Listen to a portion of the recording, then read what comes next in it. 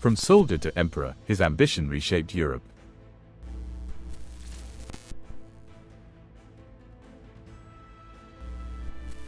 Napoleon Bonaparte was born on August 15, 1769, in Ajaccio, Corsica, to a modest family of Italian descent, just months after the island became part of France. His father, Carlo Bonaparte, secured connections with France, ensuring Napoleon access to elite education despite Corsican tensions. At age 9, Napoleon left Corsica for mainland France, beginning studies at the military school of Brienne. He excelled in mathematics and strategy, immersing himself in the lives of Caesar, Hannibal, and Alexander the Great. By 1785, at age 16, Napoleon graduated from the École Militaire in Paris, becoming a second lieutenant of artillery. Early years, from Corsican outsider to ambitious French officer.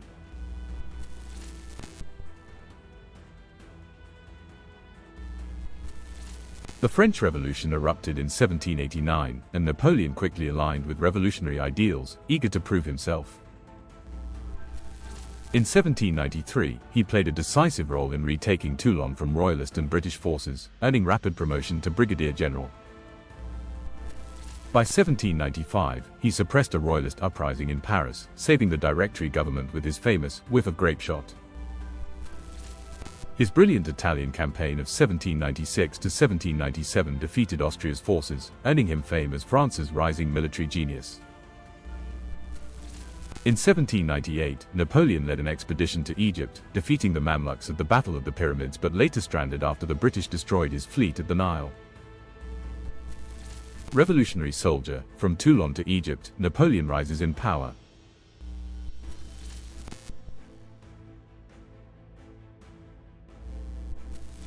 In 1799, Napoleon returned from Egypt to a politically unstable France, greeted as a national hero.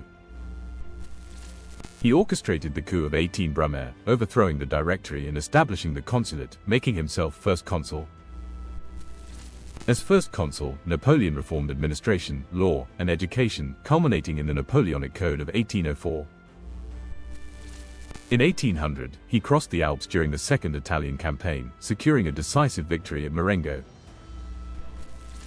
By 1802, he became consul for life, centralizing power and shaping France into a strong centralized state. The rise, from consul to the brink of imperial power.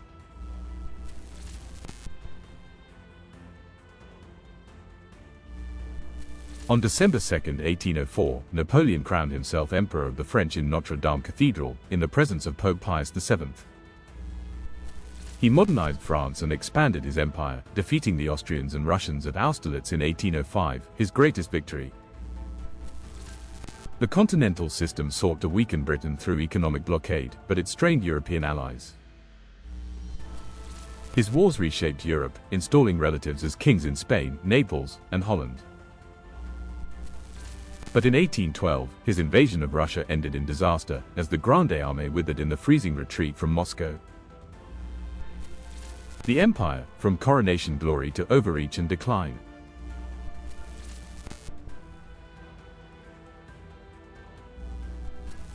In 1814, after defeats in the War of the Sixth Coalition, Napoleon abdicated and was exiled to Elba. In 1815, he escaped Elba and triumphantly returned to France, greeted by soldiers who rallied to his cause. This brief period, known as the 100 Days, ended with his crushing defeat at Waterloo against British and Prussian forces. After Waterloo, Napoleon was captured and sent to the remote island of St. Helena in the South Atlantic. On St. Helena, he lived under British guard, dictating his memoirs and reflecting on his legacy. Exile and death, from Waterloo to St. Helena.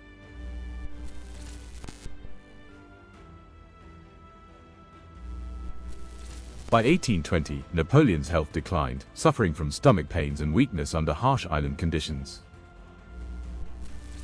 Despite failing health, he remained defiant, often walking the island cliffs in his familiar grey coat and bicorn hat. On May 5, 1821, Napoleon Bonaparte died at the age of 51.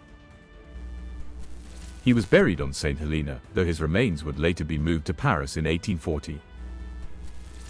In Paris, his tomb at Les Invalides remains a monumental symbol of France's most controversial leader. Legacy: the death and enduring memory of Napoleon Bonaparte.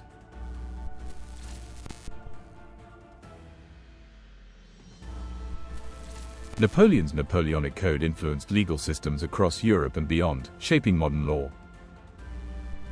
He spread ideas of meritocracy, education reform, and centralized administration that endure today. His military tactics remain studied in academies worldwide as examples of innovation and strategy. To some, he was a tyrant whose ambition cost millions of lives. To others, he was a visionary who reshaped Europe and embodied the spirit of revolution. The dual legacy, tyrant or visionary. His image remains immortalized in countless paintings, statues, and cultural works. His exile on St. Helena has become a symbol of fallen greatness. Even today, debates about his legacy stir passions across Europe and the world. He was both conqueror and reformer, shaping an age of glory and ruin. Napoleon remains one of history's most complex and fascinating figures. His story is that of ambition, power, triumph, and tragedy. Napoleon Bonaparte, the man who once ruled Europe, still captures the imagination 2 centuries later. A legacy of brilliance and downfall, echoing through history.